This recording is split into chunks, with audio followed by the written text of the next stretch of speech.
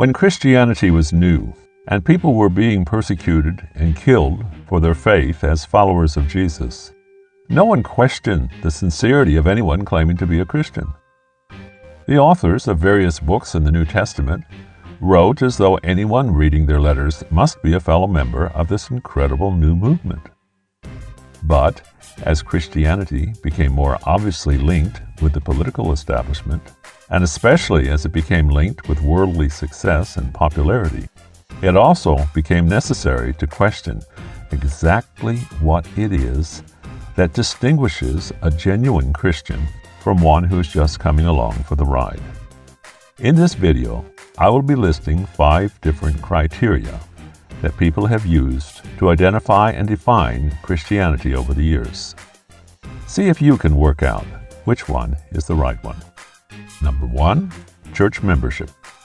For the average person and for governments and other large bodies looking on from the outside, Christianity is related to membership in certain organizations, usually called churches.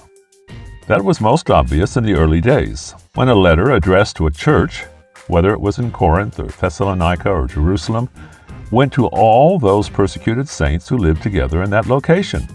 There were no denominations, and only rarely were there infiltrators. As I said earlier, if you were part of such a visible group of people, you were assumed to have the unique characteristics of whatever a Christian is. No further questions were asked.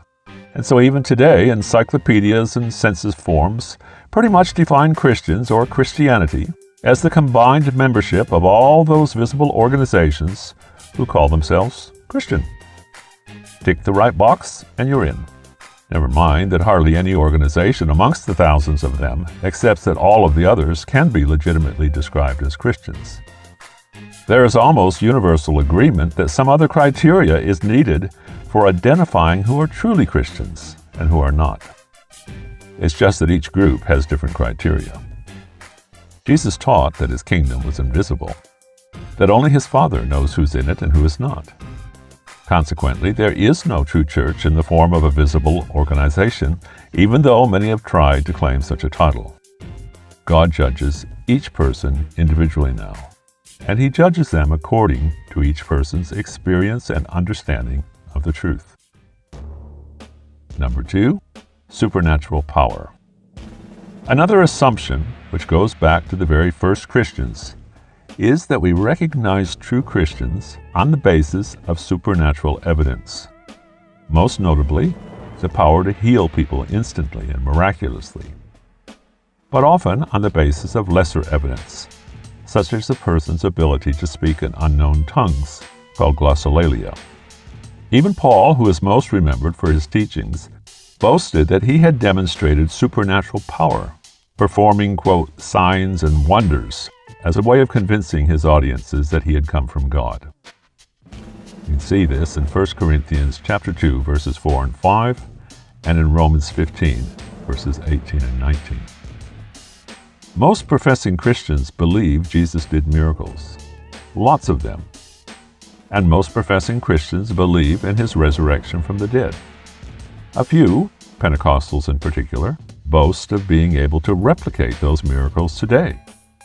But for the most part, supernatural power seems to be the exception more than the rule, even in Pentecostal churches. Millions have turned to the Pentecostals for things like healing and deliverance from evil spirits. The movement was widely believed to have been the single most significant force in 20th century Christianity, as people all over the world flocked to witness and experience a miracle for themselves. While some genuine miracles did apparently happen, most went home much the same as they were when they arrived. As more and more of these so-called miracle workers were caught up in scandals and even exposed as hoaxes, the religious world sank into even greater disillusionment than they had before the Pentecostal revival.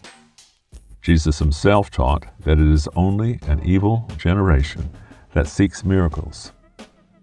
Certainly, basing faith on who can do the most spectacular miracle is not for most of us a wise or safe way to find the truth. It only encourages more and more lying signs and wonders by religious con men. This is something which the Bible predicted would happen in the last days before Jesus returned.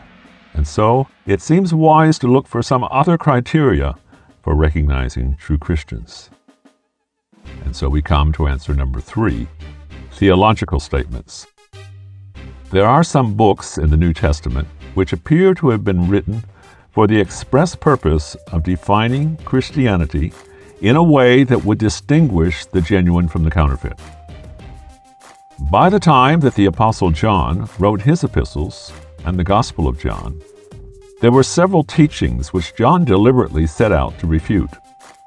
A number of statements of faith were composed, most notably the Apostles' Creed, in order to define more precisely what Christianity actually stands for. Some of those creeds have endured down to the present and are recited by members of some churches every week, on the assumption that this will protect them from falling into error theologically and thus missing out on all that is promised to the true followers of Jesus. Still, there is no evidence to suggest that reciting these creeds each week has had any significant effect on people who choose to commit some of the most vile sins throughout the week. His chosen followers only gradually came to believe that Jesus was the Messiah or the Son of God, and that was after witnessing him in action, something that we don't have access to today. It is interesting to note that it was the devil himself who first publicly confessed that Jesus was the Son of God. And Jesus rebuked the devil for saying so. He apparently was not impressed with such statements. He said, "Why do you call me Lord, Lord, but then you refuse to obey the things that I have taught?" So now we come to answer number 4, religious experiences. In an effort to define Christian faith on the basis of something internal and personal, a movement has persisted since the time of the Reformation, which insists that there is some kind of a personal spiritual experience that happens at the moment when someone ceases to be a non-Christian and starts a new life as a Christian. In Bible times, this was sometimes equated with water baptism, although it was not long at all before numerous divisions grew out of arguments over the exact way in which water baptism should be done. It is probably the single greatest source of divisions amongst Christians to this day. Those who objected to infant baptism in particular wanted to locate a point at which something changed in the consciousness of the individual. In the 20th century, this experience was popularly labeled as being born again, although there have been other names, such as entire sanctification, to describe similar emotional experiences. And there is, in America in particular, a tradition of altar calls, where people are asked to come to the front of the church at the end of a sermon, to say a prayer, sign a card, or just pray silently for God to change them into whatever it is that Christians are. Unfortunately, religious experience is extremely subjective. Some people might report a powerful, life-changing experience, whereas others report that nothing at all happened when they went through the required motions. To counter that argument, it then became popular to teach that one did not need to experience anything. The mere fact that they said the prayer that they were asked to pray marked the day when they ceased being lost and were suddenly and eternally saved, born again. Pastors and evangelists would teach this quite passionately, and the masses needed only to believe the authenticity of such a promise to become true born-again believers. Most were told that no matter how much they sinned from that point on, they could never lose their salvation, because they had done all that was needed just by saying the prayer. God would do all the rest. In fact, God was forced to do all the rest because he actually dislikes anyone trying to be good to show that they are Christians. They call it working your way to heaven. And it is condemned as the worst sin of all. Well, obviously, the search for a personal experience was being supplanted by yet another creed, and this one was far more dangerous than the earlier ones because it outlawed all attempts to exercise self-discipline. Any change in behavior was expected to come virtually without human effort. This born-again teaching is even more widespread than the Pentecostal teaching.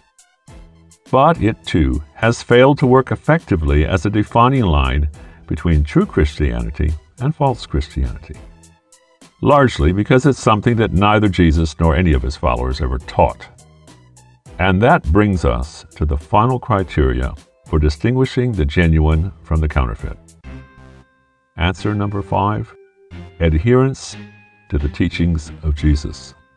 In the teachings of Jesus, we have something we can examine and even experiment with right now, even though Jesus himself is not present with us. We can compare what he taught with anything anyone else has ever taught. We can experiment with following some of those teachings to see if they work today. When we do that, we find that Jesus stands head and shoulders above all the rest. Not only the teachings of other great philosophers, but the teachings of every so-called Christian denomination in the world today as well. Christianity, as taught by Jesus, has gone the way of the dinosaur. But it does not need to stay dead. We can put it into practice right now. And when we do, we will see that his teachings really are the missing piece in all that calls itself Christian in the world today. Without those teachings, everything sours. Religious piety turns into showing off. Preaching becomes a form of greedy manipulation. Fellowship becomes backbiting and self-righteousness. Evangelism becomes intolerance, and tolerance becomes indifference to the will of God. Ah, yes, there are thousands of religious buildings out there, but they are each missing that all-important cornerstone. They are all built on sand. The Pope, Kenneth Copeland, Norman Vincent Peale, Billy Graham, Joyce Meyer, you name them, they will all have to stand before Jesus and explain why they were ashamed to promote his teachings the way he taught them. And after they do, he says that he will profess before all the angels of heaven he never knew these people. What they taught was their own concoction. I can hear the outcry now. Hang on, you just mentioned someone who I think is doing or has done a wonderful job of preaching the gospel.